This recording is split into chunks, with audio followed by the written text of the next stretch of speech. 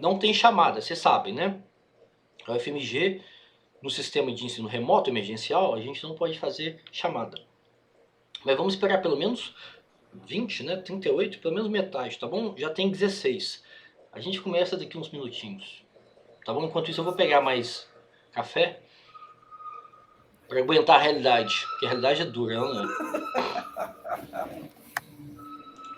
Ok? Ô professor, tira só uma dúvida. Toda vez você vai mandar o link no WhatsApp? Ou vai É, ser montando aquela salinha no Teams, não? não, a gente... eu tenho ofertado essa disciplina no Google Meet, porque alguns alunos não conseguem, cai o Teams, eu não sei se o Teams é mais pesado, então os alunos pediram, né, ao longo, esse é o 4º semestre, né, que eu ofereço, que eu estou no ensino remoto. Então os alunos pedem para manter no Google Meet, porque eles têm dificuldade com o Teams. Então a gente vai manter, ok? Tá bom. Aí Tá certo, eu mando o professor. Google, Tá eu certo. mando o link, Tá bom, tá tá? bom. Tá certo. Então, eu só vou pegar um café ali, só um minutinho. Tá Tá bom, bom. vai lá. Tá bom, professor.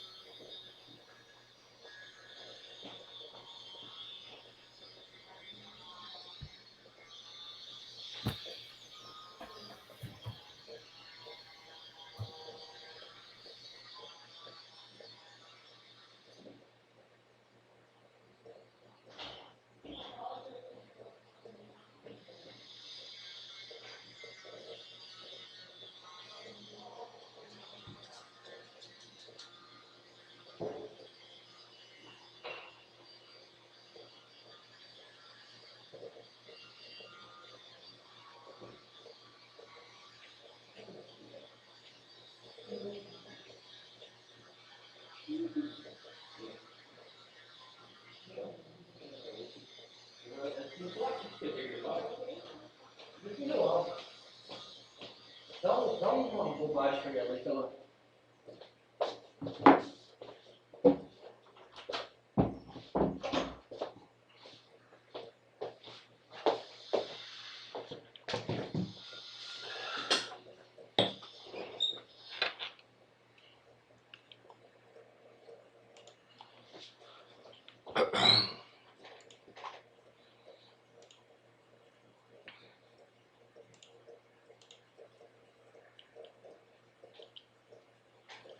Bom dia a todos. Quem quiser abrir a câmera para a gente ter uma interação mais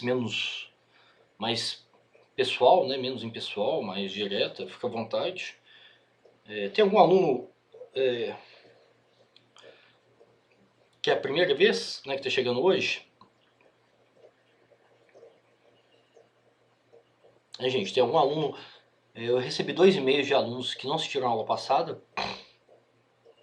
E esses alunos, a dúvida que eles tiverem em relação à ementa, né, a data das aulas, a data das avaliações, né, eu vou tirando, a gente vai conversando no WhatsApp ou no e-mail, tá bom?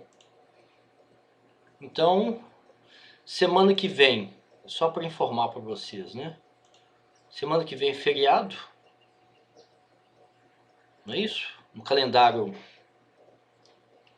do FMG a gente não tem aula semana que vem, é finados, né? Essa aula é gravada, hein, gente? Tem que avisar para todo mundo, né, que a aula é gravada, então não pode falar besteira, ok? Sem assunto de galo, tá bom? Essas coisas, campeonato brasileiro. Eu, ao final da aula, eu disponibilizo o link para vocês reverem o conteúdo, ok? E para os alunos que não puderam assistir, né? Então essa aula de hoje, na nossa ementa, alguém tem alguma dúvida, gente? Antes de começar, sobre a ementa, sobre a organização da disciplina? Então essa aula de hoje é uma aula expositiva, né? Mas é claro que vocês têm que participar, né? Vocês têm que trazer dúvidas, perguntas, né? Então, segundo o programa, a ementa da disciplina, né? A aula de 25/10 é a aula sobre turismo de massa, né? A partir de hoje, a gente já tem a avaliação, né? Vocês têm que me enviar, né? Sempre para uma semana. Tem aula expositiva, vocês têm uma semana para me enviar a síntese da aula, a síntese dos 2 textos obrigatórios, né? E aí, na semana que vem, na próxima aula, que não é semana que vem, que é a aula do dia 8 de novembro, né? Que a gente tem o próximo encontro, a gente vai discutir e aprofundar a partir da leitura de vocês, ok?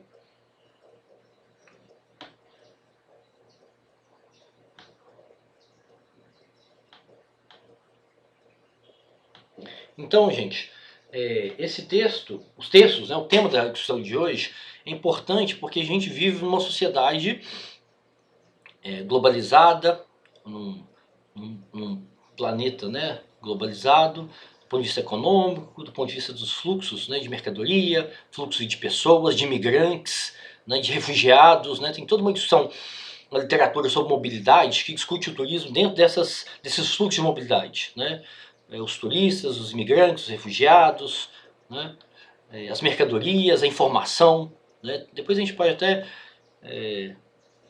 não é o tema, né, esse tema desse paradigma das mobilidades não é o tema aqui da disciplina, mas a gente pode tocar um passando, né?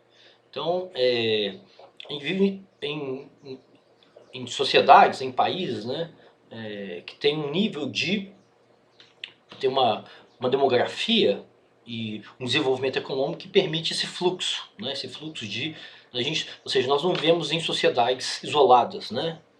Então, o turismo contemporâneo, ele movimenta bilhões, né, de dólares, bilhões de pessoas, de informação, de mercadoria, né? Ou seja, o turismo contemporâneo, pode falar.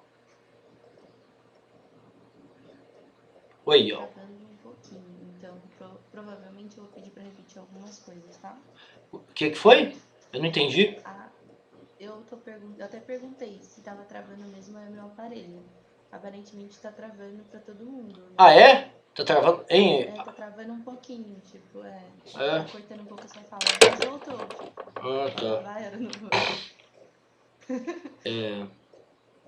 Se tiver travando, eu Mas então, coloco eu vou cabo pedir para aqui. repetir algumas coisas. Tá joia. E agora, tá funcionando? Calma aí. Fala aí, pode falar que a gente Tá fala. funcionando? Vocês estão me ouvindo bem? Hein, gente? Tá Estão melhor. ouvindo? Então tá Melhor. bom. A Larissa mandou uma mensagem pra ti. Depois pediu pra olhar o e-mail. Se você Ah, puder. sim. A Larissa Tá Silva, né? Eu te respondo depois, Larissa. Então, a discussão do texto, né, é fazer o texto propõe, os 2 textos. Tá tendo uma obra aqui, vocês estão ouvindo o barulho da obra? Então, o texto propõe uma organização, né, que a gente pode definir o turismo no período pré-moderno, no período do turismo de massa e no o turismo pós-moderno. Então a gente pode pensar em 3 períodos, né? Claro que esses períodos são arbitrários, o corte é arbitrário, né? Então, o que seria o período pré-moderno? Hein, gente? O que vocês viram no texto? O que seria esse período pré-moderno do turismo?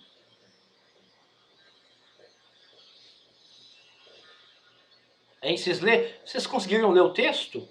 Vocês conseguiram ler os textos? Vocês estão ouvindo? Eu li só o primeiro parágrafo do texto 1, porque eu não tive muito tempo de aprofundar, mas eu li só o primeiro parágrafo. Que foi o que eu mandei, que eu tive dúvidas, etc. Ok.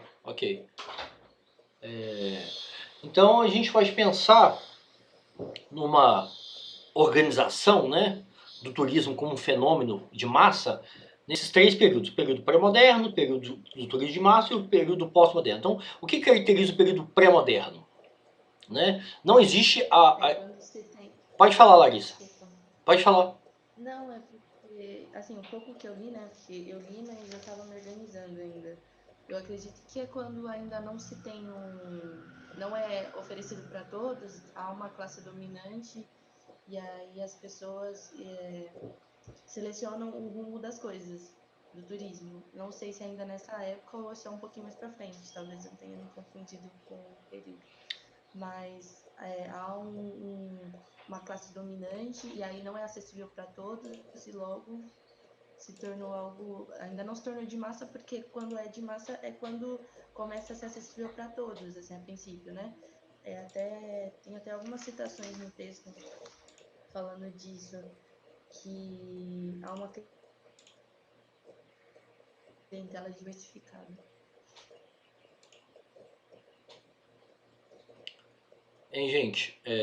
É isso mesmo. Não fica nesse silêncio não, que eu acho que... Não, é isso mesmo, Larissa.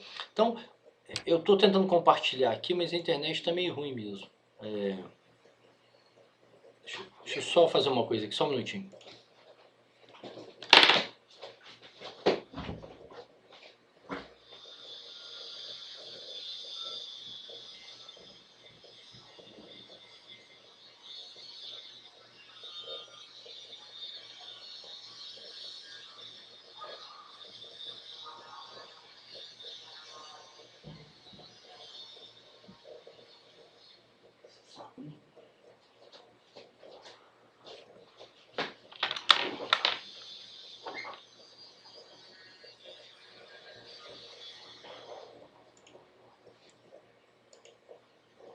Oi, gente, eu vou compartilhar a aula aqui com vocês.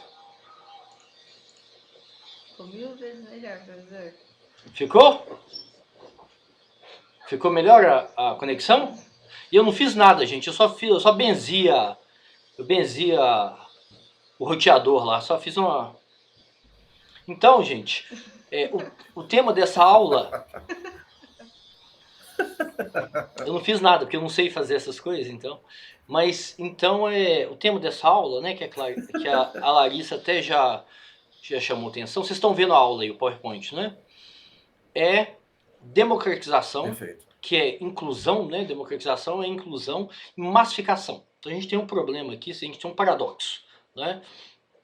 Então, no período pré-moderno, não existia o conceito de turismo, não existia o conceito de turista, né? Então tinha o conceito de viagem e de viajante, né? Então o perfil do público era completamente distinto, né? Como a Larissa chamou atenção, era um público que pertencia à aristocracia, nobreza, que não precisava trabalhar, né?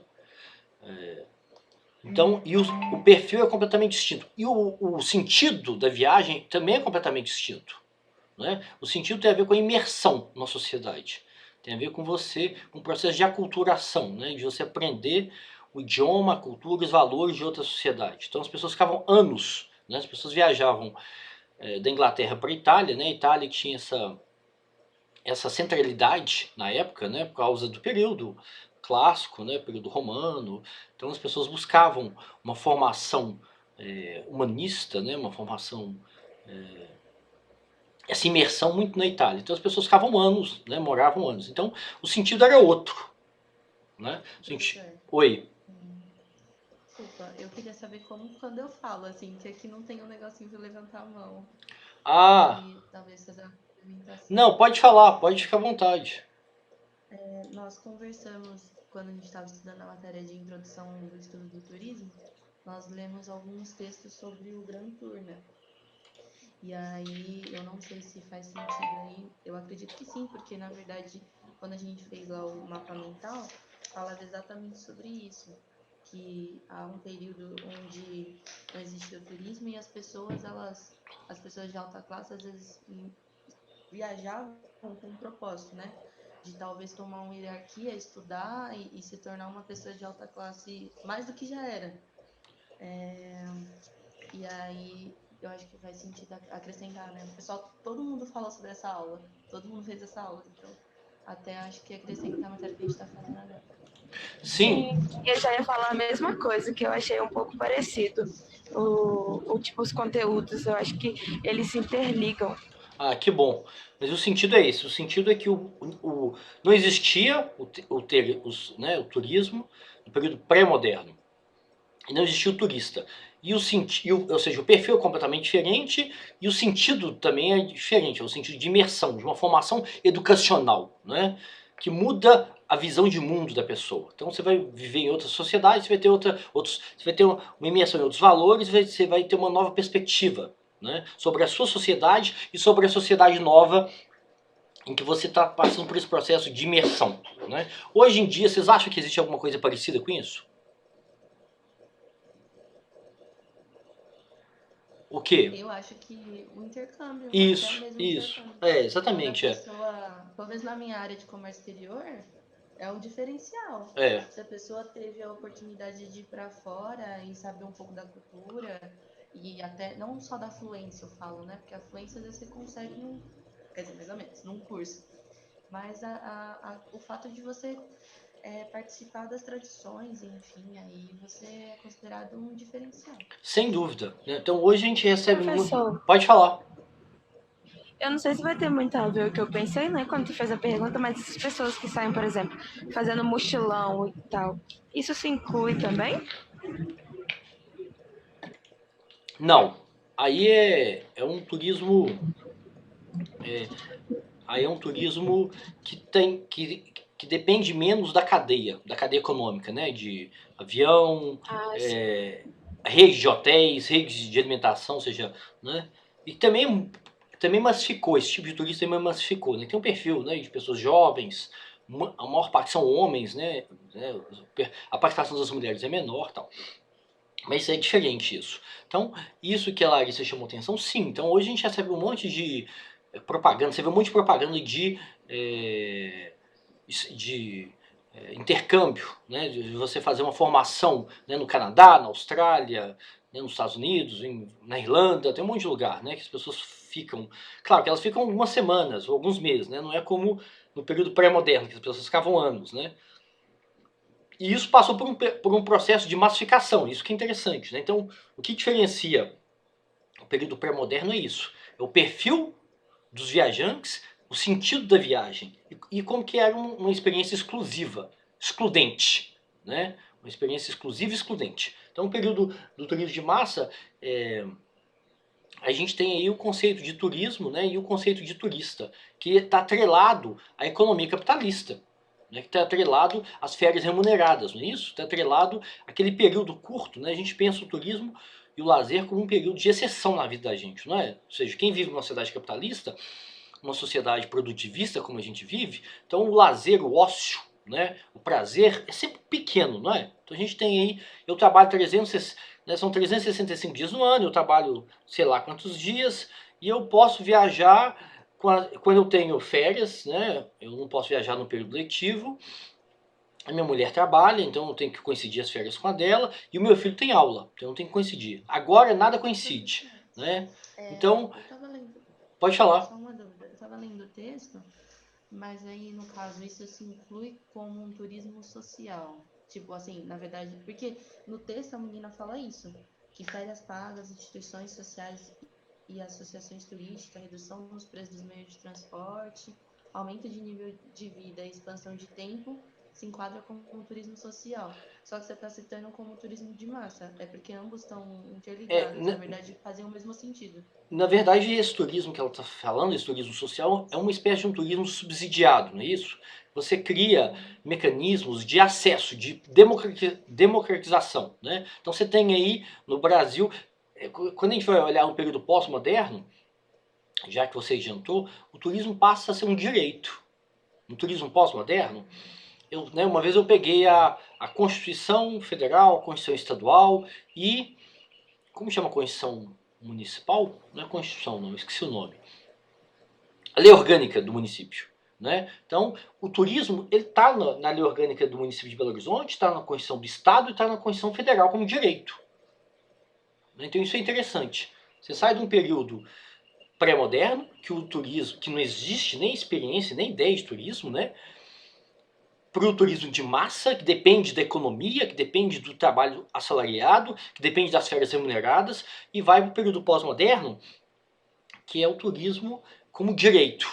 Aí a gente dá um salto aí, né? Dá um salto, né? Então, claro que esse direito é igual a Constituição de 88, né? A Constituição de 88, a literatura da ciência política chama de uma Constituição cidadã, de uma Constituição uma Constituição de bem-estar, um estado de bem-estar social. Esse a Constituição de 88 é. Só que na prática, o acesso da população a esses direitos, o acesso da população aos serviços é muito desigual. Então, o turismo passa a ser o turismo, o lazer, né? passa a ser um direito, mas na prática as pessoas têm pouco acesso, né? Então você tem aí subsídio e gratuidade para idosos, né? Vocês sabem, no transporte terrestre, no transporte aéreo, né?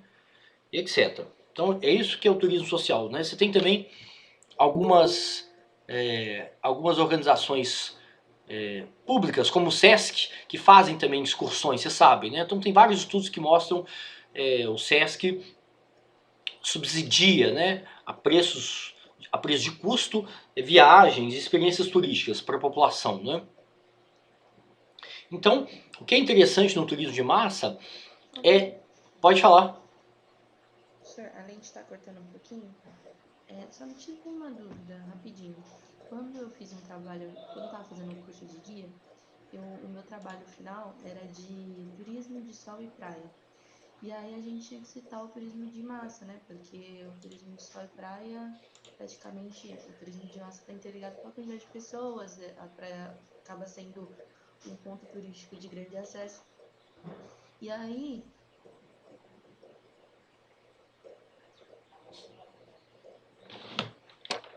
então eu acabei vinculando o turismo de massa exatamente pelo fato de o ambiente acabar se prejudicando pelo excesso de pessoas a partir do momento que se tornou algo acessível. Não que necessariamente está ruim, mas entenda, né? Tipo, por exemplo, eu estava falando de um lugar, de uma ilha, né? Que tem aqui em São Paulo, chama Ilha do Prumirim. Então, é um local que é de preservação. E aí a gente teve que citar o turismo de massa para lá, o turismo de sol e praia que acontecia lá. E aí eu não percebi isso aqui nos textos que eu li, assim. Eu não sei se isso... Eu notei que as pessoas escreveram falando... Eu até anotei aqui, mas eu não sei se é esse o sentido. Que ela fala que repercussões que o turismo de massa gera para a comunidade local e cultura. Eu não sei se essas repercussões se enquadram no que eu tô falando. Desculpa, acabei adentrando o que você tá falando aí. A gente... Não, tudo bem.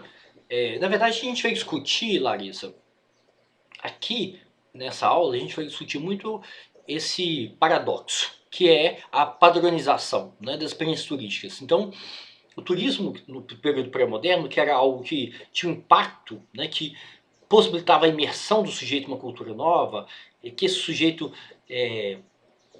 adquirisse valores, né, fosse modificado pelos valores dessa cultura e olhasse para a sua sociedade com novos valores, né, com a massificação, as experiências turísticas vão ser cada vez mais padronizadas e superficiais. Então essa que é a discussão que vai guiar essa aula. A gente vai discutir esses impactos na próxima aula, né? Na próxima aula na terceira aula, na verdade, que é a turismofobia.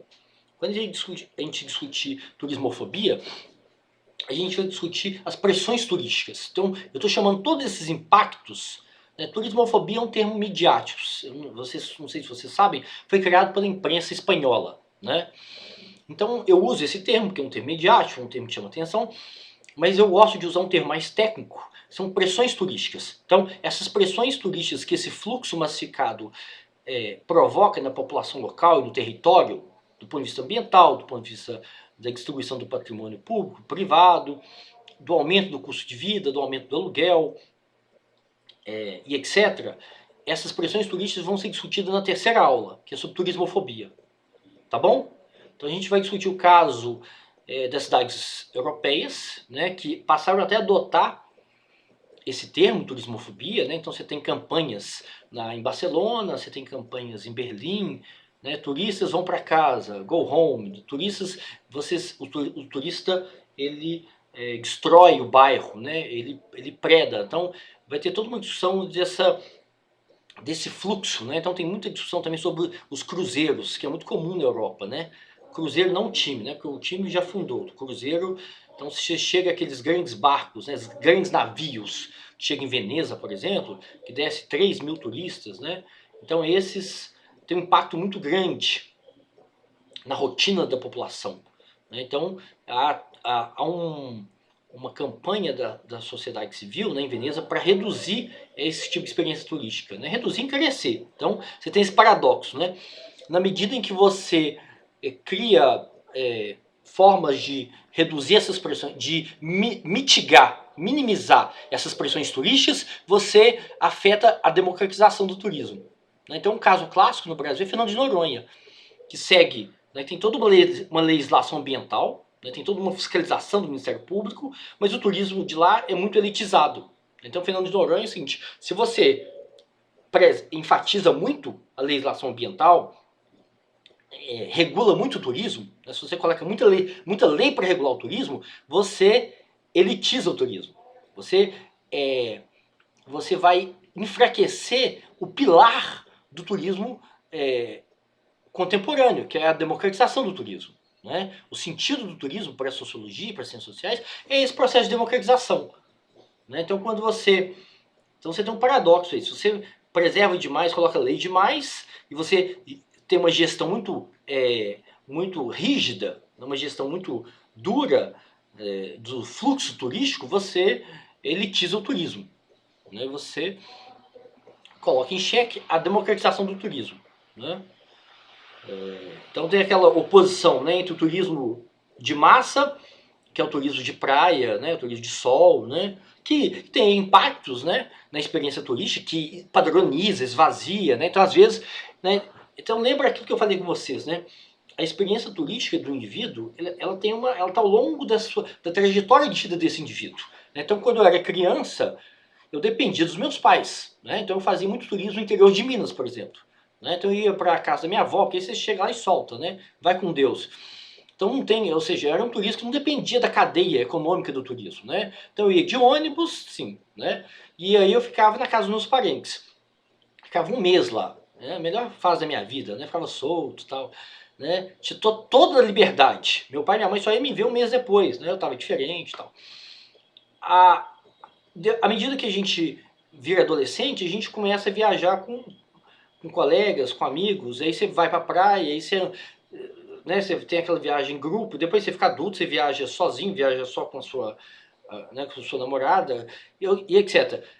E aí você vai escolhendo seus destinos também. Né? Então essa trajetória do indivíduo é para dizer que a gente não tem que ser preconceituoso com, né? Então o sonho do meu filho, por exemplo, era ir pro Beach Park. Ele ficava, todo mundo vai, eu quero ir. Eu falei assim, olha, quando você tiver dinheiro, eu falava com ele, você vai, você paga a sua passagem, você vai com Deus, porque eu nunca vou para um lugar que todo mundo entra na água e a criança fica fazendo xixi na água, né? Então o Beach Park é isso, é aquela água morninha. Então eu não vou gastar o meu dinheiro e o meu tempo, que eu tenho uma semana de férias de viagem por ano, 2 no máximo, e eu não vou pro Beach Park, não vou para nenhum desses lugares que eu acho péssimo, horrível, né?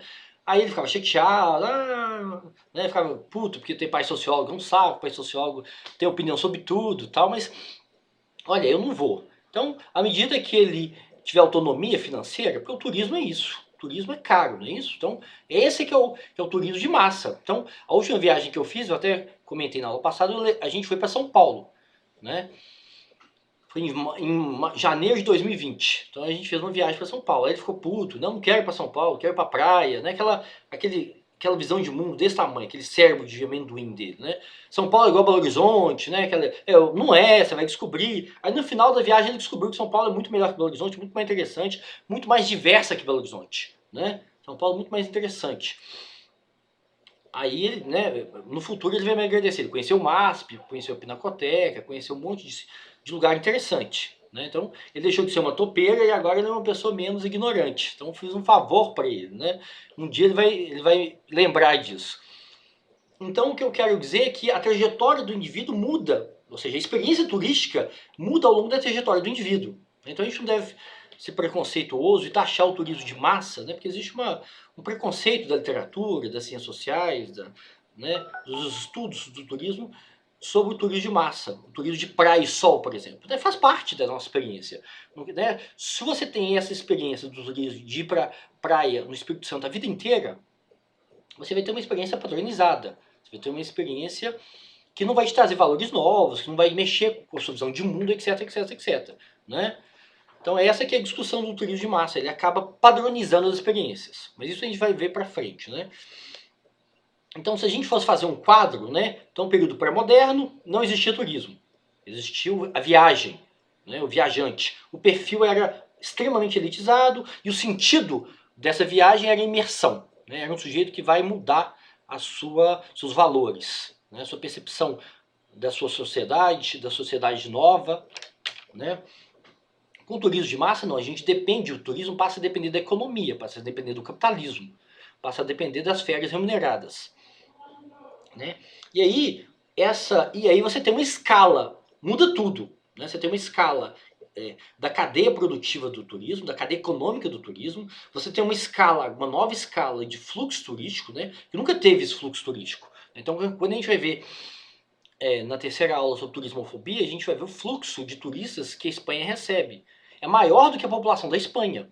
Então isso tem impacto naquele território, é óbvio, né? A Espanha é um país, eu não sei o tamanho da Espanha, mas deve ser mais ou menos o tamanho de Minas Gerais, ou menor.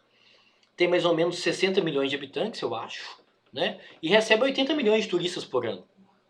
Né? E aí há uma concentração desse fluxo turístico. Então o fluxo turístico, ele é sazonal, né? Tem uma concentração no tempo, né? Porque eu não viajo quando eu quero, eu viajo quando eu posso, né? Quando o meu trabalho permite, quando eu tenho férias remuneradas, quando eu consigo comprar passagem, né? Então, a lógica do turismo de massa, ela é totalmente dependente da economia, da vida social, né? Então você tem uma concentração no tempo desse fluxo turístico e tem uma concentração no espaço. São essas cidades que vão receber esse fluxo turístico. É Barcelona, é Madrid, né? São cidades do Mediterrâneo, na Espanha, são poucas cidades. Então, o impacto desse fluxo turístico de 80 milhões de pessoas no território é imenso. É o que a literatura chama de horda.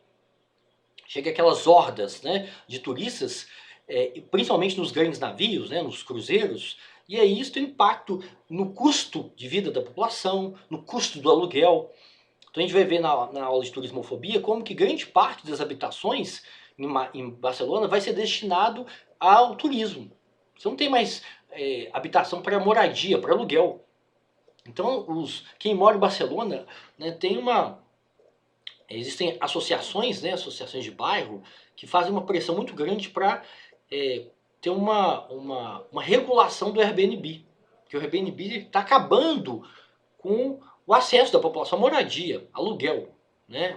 É uma população que é uma cidade que tem muito estudante. Então as pessoas vêm do interior, né, do país para morar e precisam pagar aluguel. E o aluguel está cada vez mais caro e todo mundo que tem imóvel, que tem apartamento, está migrando para o Airbnb. Está destinando para os turistas.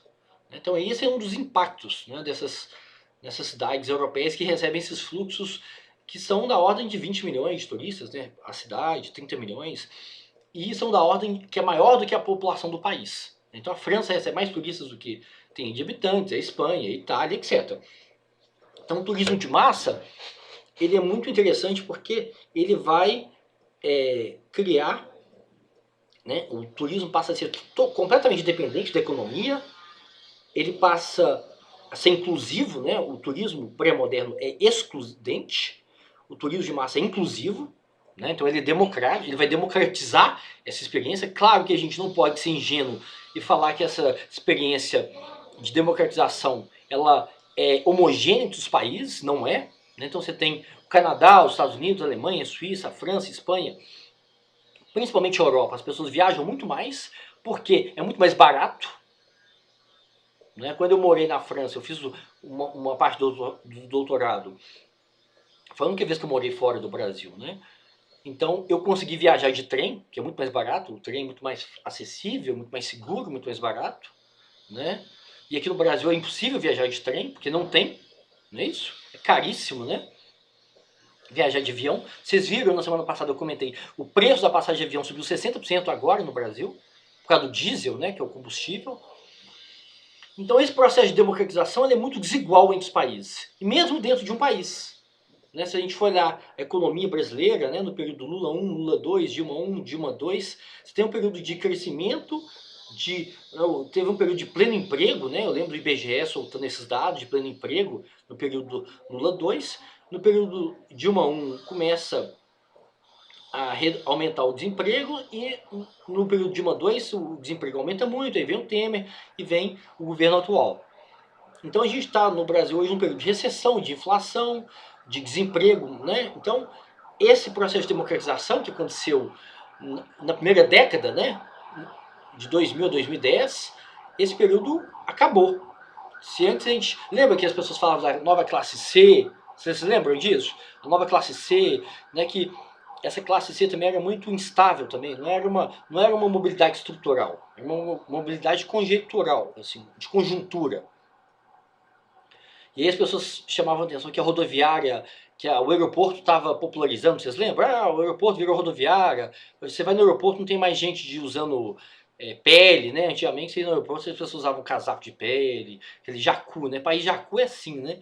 Você vai nos aeroportos da Europa, tá todo mundo de chinelo, todo mundo com roupa de bermuda, de camiseta, ou seja, a massificação na Europa é isso, né? Você tem esses meios de transporte do turismo, eles democratizaram. Então você tem classe, né, profissional liberal, você tem estudante, você tem classe popular, não é isso?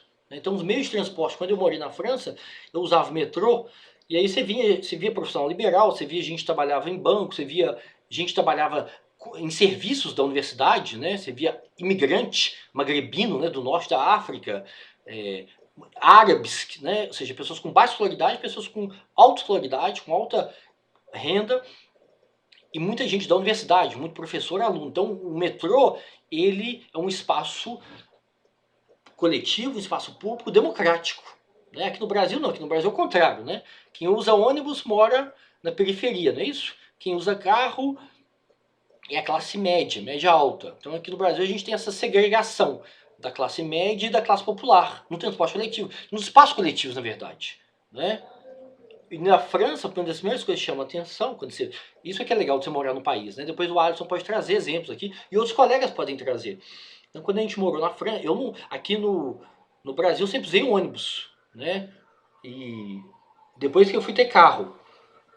Então o ônibus é para massa de trabalhadores populares, para massa de trabalhadores pouco qualificados.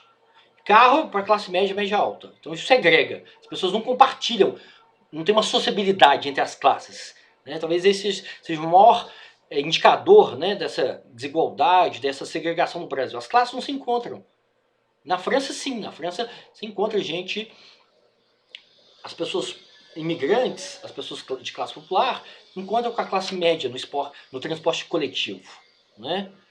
Isso talvez seja mais importante para o país do que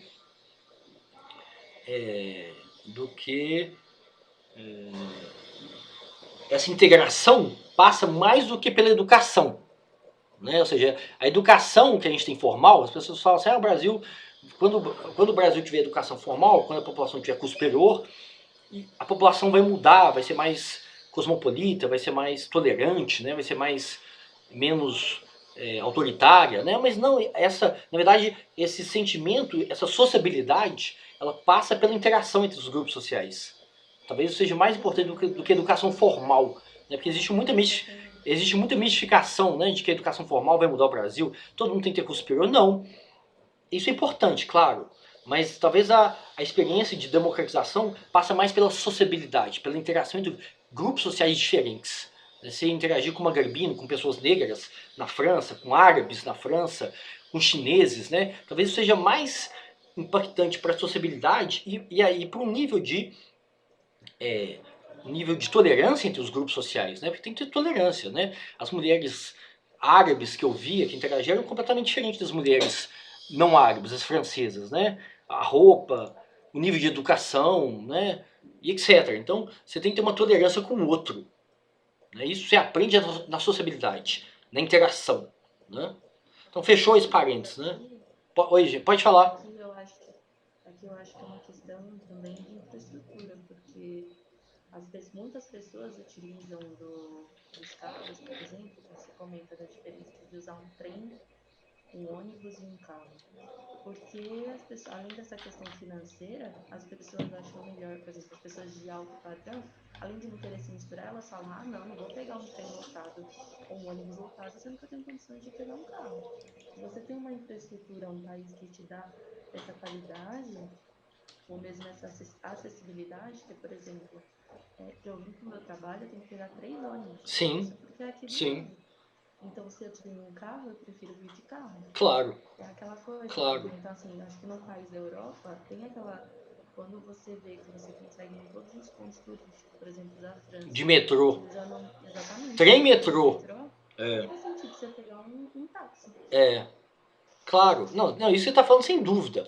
Então, faz parte do processo de massificação do turismo, de democratização do turismo, o acesso aos meios de transporte. É óbvio. Né? Ou seja, a acessibilidade, né? O acesso financeiro. Né? Então, o turismo pré-moderno, pensa um turismo pré-moderno como barreiras, como muralhas. Você tinha 10 muralhas entre a pessoa comum e a experiência turística. Com a massificação, essas muralhas, essas barreiras diminuíram muito. Elas ficaram mais porosas. Então as pessoas podem, por causa da educação, né? Então, com o avanço do capitalismo, né? Aqui a gente está falando de modelos, né? A gente não está falando de uma sociedade concreta, não. Então, esses modelos das sociedades europeias, você tem uma maior qualificação da mão de obra, né? As pessoas passam a ter mais educação, passam a ter mais renda, passa a ser uma mão de obra mais qualificada. E as pessoas passam a viajar. E aí, para viajar, obviamente, você tem que ter essa rede, essa malha de transporte. Essa malha tem que ser acessível, não é? Acessível o valor da passagem, acessível onde tem aeroporto, onde tem trem. Então isso que a Larissa está chamando a atenção é fundamental. Então o turismo, inclusive essa malha, Larissa, essa rede de transporte, ela é primeiro para o morador, né? O morador é que usa. Né? As pessoas que vivem na França é que usam o transporte, porque lembra que o turismo é muito sazonal, né? O turismo tem essa sazonalidade, tem uma concentração no tempo e muitas vezes a concentração no espaço também. Então uma das características centrais do turismo de massa é essa sazonalidade. Então essa malha, então quando eu fui morar na França, eu gosto de contar esse caso, porque isso impressiona a gente, né? A gente muda a nossa visão da nossa sociedade e se aprende que você está interagindo, né? Então eu lembro que as pessoas gostavam de me contar que quem inaugurou o metrô lá foi o Mitterrand. Então, lá é a região mais pobre da França, né? É tipo esses estados, né, que tem menos desenvolvimento do Brasil, Maranhão, Piauí, lá é tipo um Maranhão da vida. Né? Então aí o Mitterrand, né, teve todo um investimento lá em metrô, em trem, em substituir. Lá era uma região de mineração, parece com Minas Gerais, né? É uma região de mineração. E aí, obviamente, que a mineração acabou por causa da Primeira Guerra, por causa da Segunda Guerra. A Europa consumiu toda a matéria-prima deles. Né? Então, eles destruíram tudo. Eles são ótimos em destruir. Então, teve que ter uma transição econômica de trabalho, de serviço, né? De mão de obra para a área de serviço. Né? Então, teve que ter muito investimento lá. Né? Era uma mão de obra um pouco qualificada, mão de obra, né, com baixo salário. Então, o Mitterrand foi lá inaugurar aquele, sabe o Eurotúnel, que liga a França e a Europa, passa por lá, né, passa pelo norte, né? Eu vivi numa cidade do norte da França. Então, você teve o Eurotúnel, você teve muitos metrô. O metrô lá não tem trabalhador, ele é automatizado. Foi o primeiro metrô na França, eu acho, que não tem maquinista. Então, eles têm orgulho, né, de o Mitterrand inaugurou. Então, é uma sociedade atrasada, uma sociedade que vinha de um processo econômico, que a economia era uma economia extrativista, igual Minas Gerais. E aí teve que passar por uma transição longa por uma economia de serviços, como é Belo Horizonte. Se você vê a economia de Belo Horizonte, que emprega, né, qual que é a mão de obra empregada em Belo Horizonte? É serviço. Aqui não tem indústria, aqui não tem como a economia de Minas é uma economia extrativista, né, que extrai café, né, agricultura, minério de ferro e etc. Né? Então, hein, gente, o nosso tempo vai acabar. Hein, gente, eu quero lembrar vocês que nós temos o link do Google Meet tem 1 hora, não é isso? Então daqui a pouco acaba. Vai acabar 9 horas. A gente faz um intervalo e a gente retoma o segundo link, já está no WhatsApp, mas eu vou colocar de novo. A gente retoma 9h15, tá bom? Então a gente para às 9 e faz um intervalo até 9, um intervalo de 15 minutos para tomar café. Tá bom? Para rever os gols do Galo também, porque foi sofrido. Ok? E rever os gols do Fluminense também, que foi lindo, né? Tá bom? Então, a gente pode fazer às vezes para entender uma coisa a gente tem que contrapor, né? Então o período, em 10 minutos acaba aqui, foi informado aqui. Então, o período do turismo de massa é o período em que o turismo tem essas mudanças estruturais na economia. Você tem uma economia de mercado que vai absorver essa mão de obra, que vai qualificar essa mão de obra e que essa mão de obra vai poder ter a experiência turística, vai poder ter acesso. né, vai poder pagar, vai ter as férias remuneradas, vai ter aquela janela, né, de lazer. Então, o nosso, né, eu gosto de comparar o professor da universidade com a mulher que trabalha na faxina da universidade, né? Então, a faxineira do IGC, ela mora em Ribeirão das Neves. Então, ela pega 2 ônibus para chegar no IGC, na UFMG. Ela ganha um salário mínimo, né? O professor da universidade ganha muito mais, né? Ela tem 25 dias úteis de férias. O professor da universidade tem 45 dias de férias. Então olha para você ver como que a estrutura econômica, né, como a estrutura ocupacional, né, o mercado de trabalho, determina o meu lazer e o lazer dela. A minha experiência turística e a experiência turística da faxineira do GC, que demora 2 horas para chegar no GC, né, eu moro do lado do FMG, eu vou a pé. Né, então, olha o nível de desigualdade entre o professor do FMG e a faxineira. Ela tem 25 dias úteis de férias, eu tenho 45.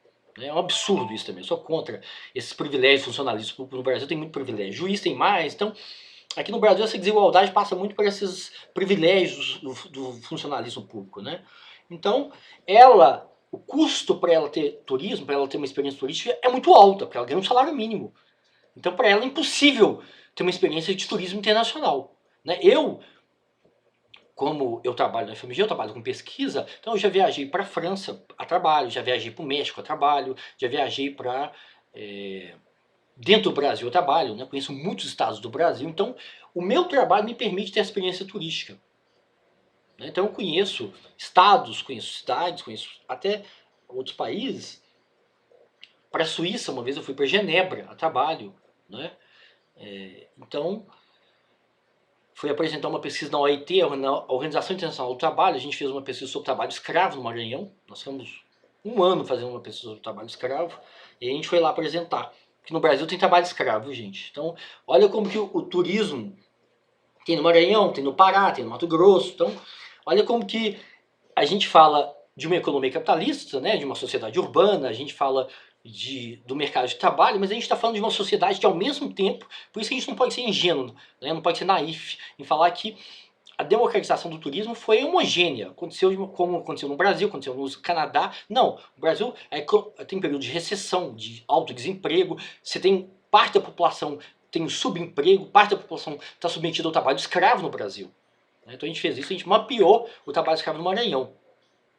É o estado mais vulnerável do Brasil, né? Que atinge a população, né, mais analfabeta, negra, etc, etc, etc. Então, esse é o país que a gente vive, um país extremamente desigual. Né? Então, obviamente que o acesso ao turismo, o acesso à experiência turística, né, e aí a gente vai questionar que experiência turística que é essa? Com esse processo de padronização. Né? Todo mundo vai para o Beach Park, todo mundo vai para a Disney, todo mundo vai para Beto Carreiro, todo mundo vai para a praia no Espírito Santo. Então, essa escala, esse fluxo turístico, né, da ordem de milhões de pessoas, vai fazendo com que as experiências turísticas sejam cada vez mais iguais, cada vez mais padronizadas, mais superficiais. Né? Então esse é um ponto interessante que a gente precisa discutir também. Então, ao mesmo tempo que você tem uma massificação, uma democratização, você tem experiências turísticas em que você tem um distanciamento do turista do território, da população local. Então, se no período pré-moderno o aristocrata, né, aquela pessoa da nobreza, tinha uma imersão total na cultura, que ele ia, né, tinha uma imersão naquela experiência, naquele modo de vida, na língua, no idioma, na cultura, nos valores, na gastronomia, na culinária, e etc. E ele era capaz de julgar a própria sociedade, os próprios valores, né? No turismo de massa, não. No turismo de massa, muitas vezes, o turista não tem contato nenhum com o morador, com a cultura local. Então, quando você... Tem muitos estudos que mostram, né, que quando você vai analisar esses resorts, né, que fica em Fortaleza ou Beach Park, aí você tem aqueles resorts all-in-one, tudo incluído. Tudo incluído. Como chama? Esqueci a expressão. Então, all-inclusive, isso. Então... All-inclusive. Então, já ia falar. Então você tem esses clubes, esses resorts que são completamente apartados do território. Então o turista paulista vai para um resort desse na Bahia, ou em Pernambuco, ou em Fortaleza, ele não sabe onde ele está. Para ele tanto faz onde ele está. Ele não tem nenhum contato com a cultura local, com a população local, com a culinária local. Né? Então aquele resort que a literatura chama de bolha, A gente vai discutir isso na próxima aula. Na próxima aula não. Na próxima aula tem conteúdo novo, que é sobre a autenticidade.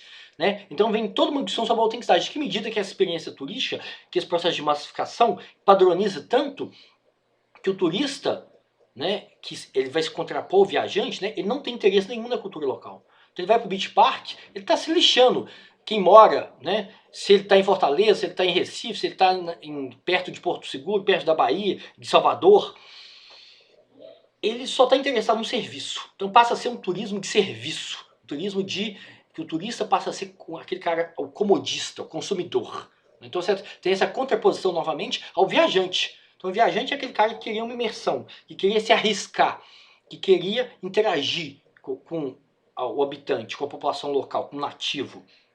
O turista não, o turista quer serviço. Então ele fica dentro da piscina, na água morninha, cheio de criança fazendo xixi, e aí ele vai no bar molhado, aí ele come a pizza dentro da piscina, aí ele só interage com trabalhadores do turismo, né, com serviços.